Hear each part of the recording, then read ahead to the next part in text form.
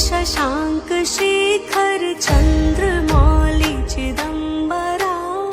कोटि कोटि प्रणाम शंभु कोटि नमन दिगंबरा। निर्विकार ओमकार अविनाशी तुम्ही देवादिदेव।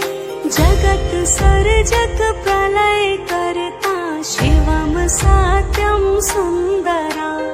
निरंकार स्वरूप कालेश्वर महायोगीश्वरा।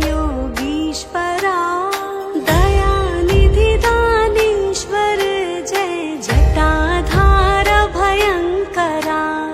शूलपाणि त्रिशूलधारी औगडी बाघंबरी। जय महेश त्रिलोचनाय विश्वनाथ विशंभरा।